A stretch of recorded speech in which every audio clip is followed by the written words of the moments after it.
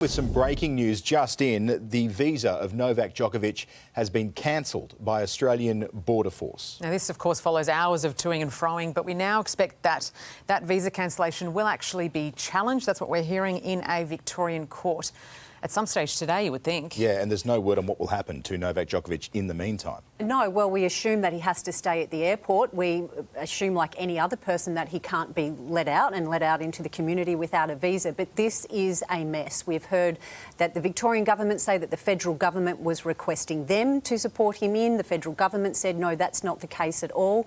And now we're left in this situation where his visa has now been cancelled. I don't see a way out for this. This is going to the court. This is a massive embarrassment, not only to Australia, but to the Australian Open. How it can recover. What is the outcome? He stays. We already know that the Australian public, particularly the Victorian community, do not overwhelmingly want him here, or he goes back home, goes back to Serbia.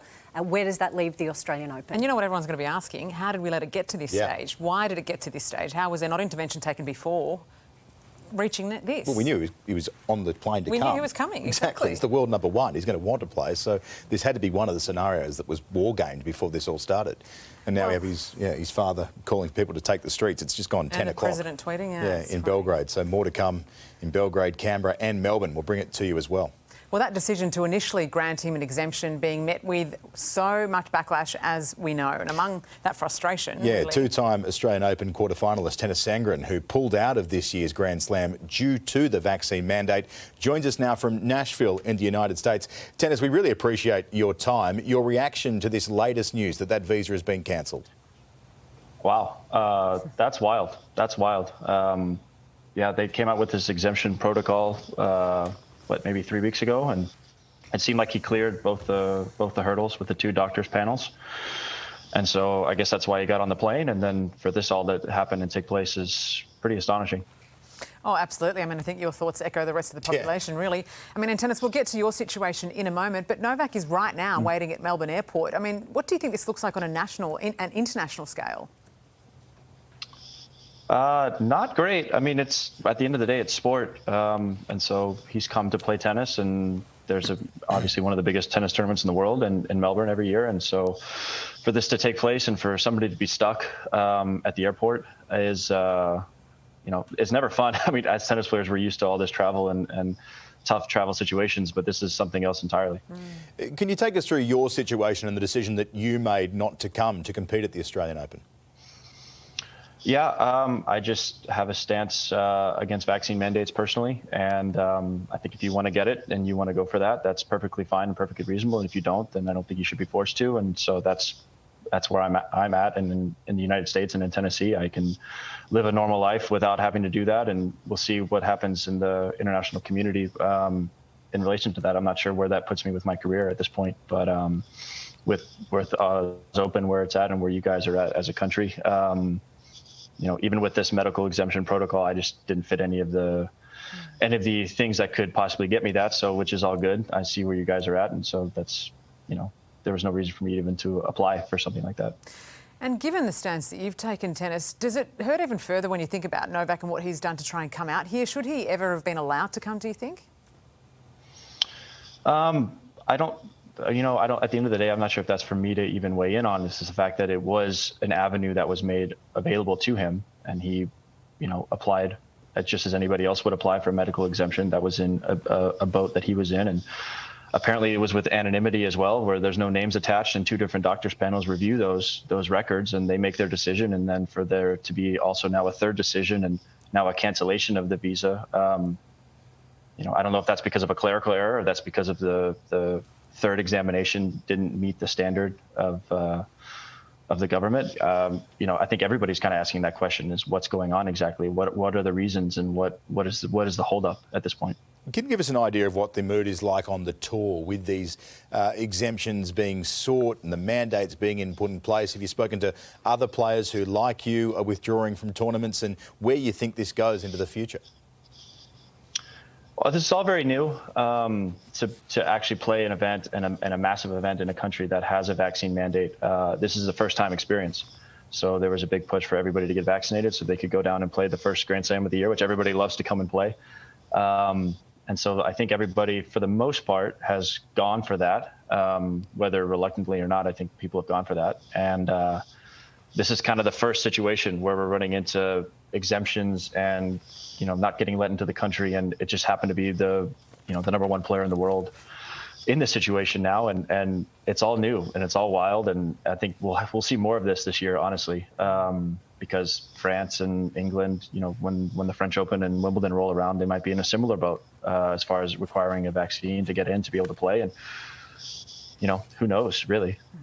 I mean, this has escalated so dramatically. We're hearing now that it could end up in court, but it's very unlikely that a visa cancellation will get overturned in a Victorian court. I mean, if he does, by some miracle, make it to the court, Tennis, how do you think the public will respond?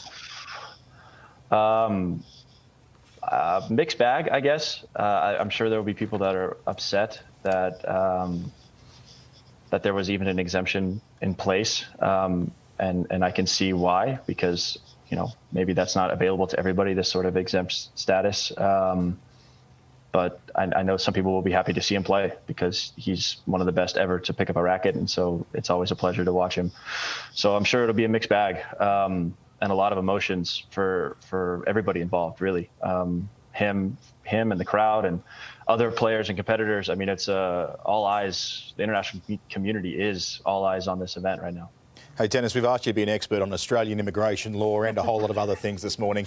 We really appreciate your time and the insight you provided. Thank you for that. World number one, Novak Djokovic, being held by officials at Melbourne Airport. He's being questioned over his visa application. It comes just a day after a widespread backlash over the medical exemption he was granted. Let's bring in Nine commentator Sam Groth. Sam, good morning. You called the exemption a decision that spits in the face of all Australians. It is clear you're not happy. Well, good morning, Charles. And I mean, what a night. I didn't expect to be waking up to this morning, that's for sure. But you're right. In my column yesterday for News Corp and the Herald Sun, which is running today, I think we've been through a lot here in Melbourne and Victoria and Australia as a whole over the last couple of years. And I have no problem with a player being granted exemption if they have legitimate reasons for it. But I think the way that both Novak has gone about it by announcing it on his Instagram very secretly, he said from the beginning he wasn't going to disclose his medical status. And I feel like himself and the Victorian government now have both thrown Craig Tiley under the bus and left the Australian Open, an event that should bring everybody together through a Melbourne summer, is once again at the forefront for the wrong reasons. The Australian Open is exposed here. There has long been rumours the Australian Open could be shipped off to China or Japan or somewhere throughout Asia. Is this putting the tournament itself under threat, this kind of drama? I would hope not. There's a long-term contract with Tennis Australia and the Australian Open to remain here in Melbourne, and I would hope that one player and one instance wouldn't jeopardise that. We know what Craig went through last year, though, with his team to keep the tournament alive, and we had 5 days of no crowds and the lockdowns we got here during the event last year. We were moving towards having a normal event, and obviously Craig, he's working with his team in amongst the guidelines that he's been given by the government. So I've seen a lot of backlash towards Tennis Australia and the Australian Open. They don't create these rules. They're giving guidelines and they follow them. Obviously, from my point of view, I'm going to be a part of that broadcast in just over a week's time. And we all want to see the Australian Open go ahead and we all want to see it remain here in Melbourne. I think we're drifting into the 6th hour of Novak Djokovic being held by Border Force officials. Do you suspect he may just give up and go home? Well, look, I don't think his reception is going to be too friendly when he does get out, if that is the case. I don't think I expected him to be held as long as he has been. I don't think I expected him to be held at all once he had been granted that exemption. That's for the state government and the federal government to work out what that situation is. But it's not the most welcoming entrance into Australia when you're held in a room for 6 hours. Certainly not. The longer it goes, as you said, and we've seen this morning, it's creating backlash, not just here in Australia, because I feel like the Australian population and the Victorian people have been very, very vocal about how they feel about Novak coming in the first place. But the question is, how are we going to look to the rest of the world? It's turning a little bit ugly. He didn't grant his own exemption. Who needs to be held accountable for this? No, you're right. I mean, Novak's the door was open for him to be granted exemption. I think the backlash has come towards Novak because he said he wouldn't disclose his status at all. And the Instagram post that he put out before he jumped on the plane to come to Melbourne, it left the door open, and he said he'd been granted that exemption. And I believe, he either had to keep his mouth closed, like the rest of the handful of people who've been granted those exemption has, or he has to come out and tell us exactly what his exemption is for, because I believe the world number one, who's won 20 Grand Slam titles, he's arguably the fittest player on tour. If he has a serious medical condition, none of us have seen it over the entirety of his career. And that doesn't mean he doesn't have it, but I think it would just make things a lot clearer if he was to actually come out and let everyone know what the situation is. I think the public might get off his back a little bit. But I also think that the Victorian government, who's come out and, you know, they've put these measures in place. They've allowed the team from Tennis Australia to put together a panel. They've got their own panel that obviously then follows the ATAGI guidelines. But I think between the two of them, if we get a clearer picture of what the actual situation is, it might just get the public off everyone's back a touch. Well, the main draw just got a whole lot spicier if Novak gets through, and if not, the embarrassment this will cause the tournament drags on as well. Hey, Sam, we really appreciate your time this morning.